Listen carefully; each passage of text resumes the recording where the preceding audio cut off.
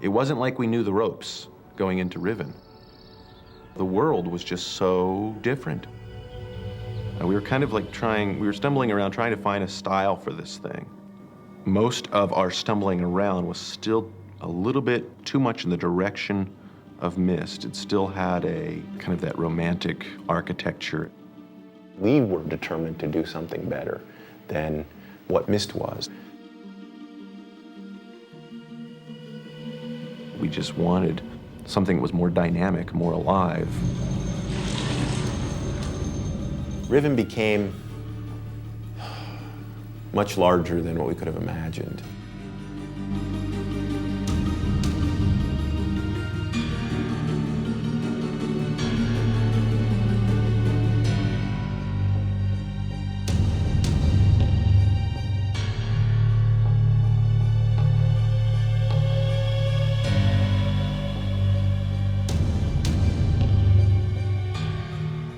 We all got together right after Myst. We all got together in Chris Brandcamp's garage, and that became our office.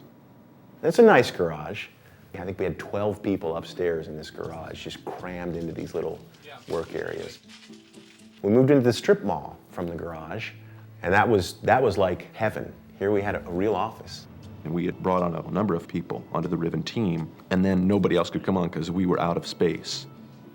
At that point in time, though, we started building the office. Here we were able to build a real building the same time we're building these virtual buildings. So after a year in the strip mall, we were able to graduate into this to basically do the hard stuff for Riven. The very first thing we did with Riven was design the whole gameplay for the entire world, which is basically just a blueprint of all of the puzzles that the player will find throughout the environment. We take that blueprint, and from there we begin to design maps of the places and some of the puzzles and how things would work. And is the whole thing like a solid canopy from the tops of these trees, just create a big... As dark as possible. Okay. Yeah, and that's going to be a difficult part because we want it to be dark. We want it to be when you look up, you just see kind of little bits and pieces of the sky. Are these things like redwood in size? Yeah, vertically as well as redwood and size. Not vertically though. I think they're going to be a lot more squat. Oh, okay. Vertically. Okay.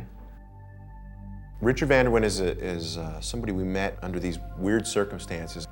Robin and I were down demonstrating Myst at some show. I don't even remember exactly which one it was. And this tall, skinny guy walked up to Robin. He came up in a baseball cap and a big baggy pair of shorts, and I thought he was some kid. We found out he had worked for Disney and ILM and had been had played a large role in the look and feel of Aladdin. The designs design sketches he had done were just phenomenal. I couldn't believe it. They were just on target.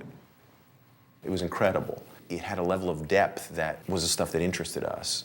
He ended up, I think, giving Riven something that we could have never given it. It was just another voice, and a very strong, mature voice with a lot of talent that was saying, hey, why don't we try doing it in this direction a little bit? Why don't we just kind of push it? What we're proposing is that you link to this age, and what you see when you get there is right in front of you is this gate, and there's this big sort of lake with canyon walls all the way around. It's at nighttime with the moonlight. The moon is out. Okay. And in the center of this body of water, there's a little rocky island and a big sort of dead-looking tree, perhaps, on top of which they have constructed this gigantic adobe mound, sort of like a wasp's nest looking thing. After he came, he imbued the whole project with a flavor that was a bit more edgy and strange and odd. It wouldn't have been as cool if he hadn't been around.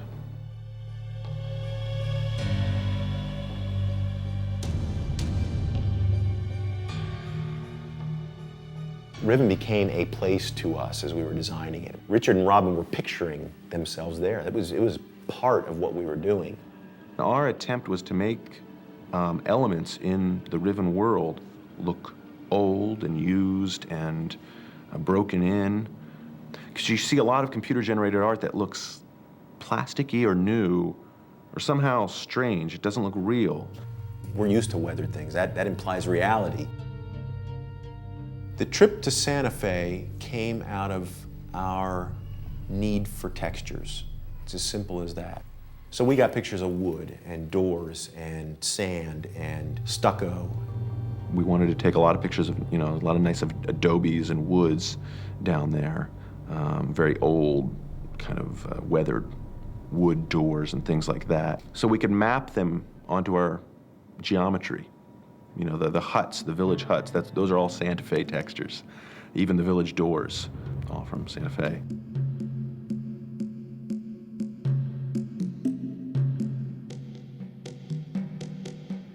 It's just extremely important for us when we're creating anything never to do it just for the sake of doing it, just because it's cool, man. We try to really put meaning into every aspect of the world that we're building. The wark in the game is one of the things that's subtly behind the scenes telling the story.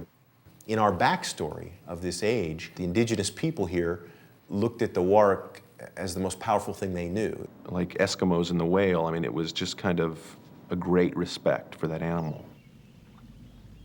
There's a gallows area that we call the wark gallows in the big village area on the jungle island. It's the trapeze handle that you can go up and down on if you figure out how. That's actually a wark gallows where a person would be tied to that handle, and Gan from his throne area would open and close the iris to determine whether that person would live or die. There's a wark that would be underneath that area in a cage in the water, and Gen's handle would open or close it as the person was lowered. And if Gen was feeling particularly wonderful on that day, he would spare the person's life, and if not, the wark would get a tasty meal. When you finally see the animal, you may or may not understand how it relates to everything else in the game, but you know that this is a part of their culture, and that makes the world a realer place, and it makes the characters more real.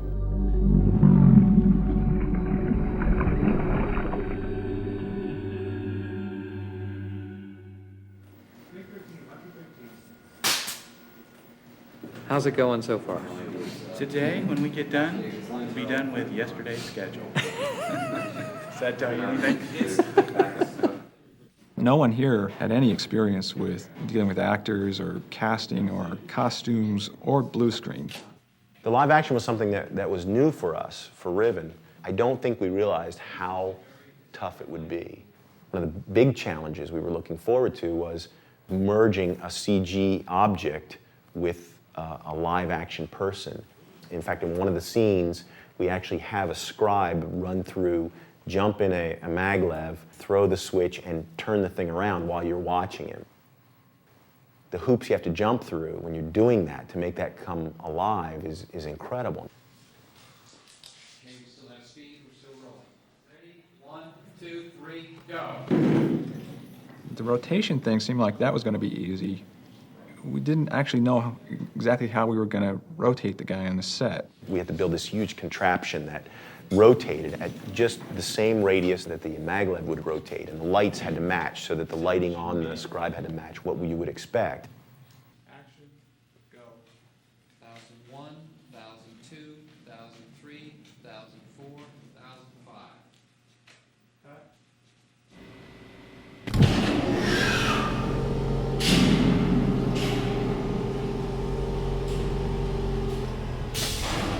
It ended up being, from our point of view, a very spectacular effect.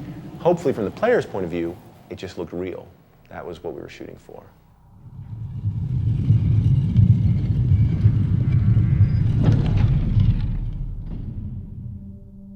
The gate room started out with nothing in it. It was just a very cool puzzle.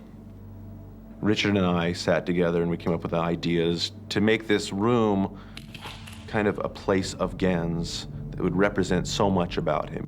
So, okay, great. We had this real pretty, real nice, all these nice ideas, and We built it, and we made it so it would rotate, but we were not thinking about the trouble that it would cause when we'd have to render all the different states.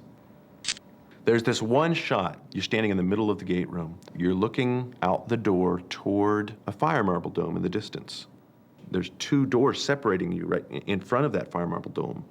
The inner door that's towards you could be down, or the outer door could be down.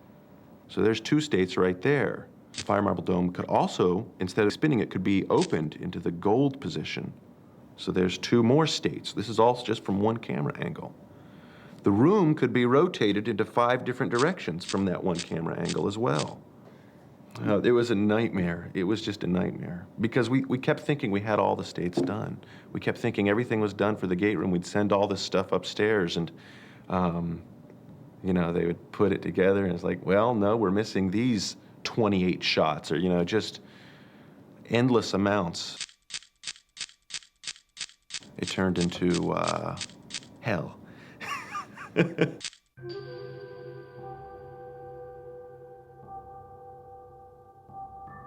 One strange thing about making a world like this is that there's no sound to it until you're done. We had made these animations basically with a deaf ear. We didn't know what these animations were going to sound like. We had ideas for what they were going to sound like, but when the sound is put into them, it really makes them real. I mean, it makes them come alive for us.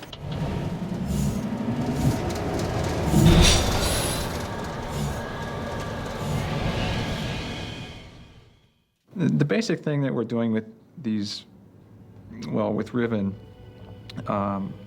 is presenting a place, building a place that we would want to go to. It makes you take a step back from the world and think about the place you're in. The best feeling of all comes at the very end when you finally get to see how all those things that you designed, all the complexity that you put into this environment and just hoped it would work, it comes together and it works.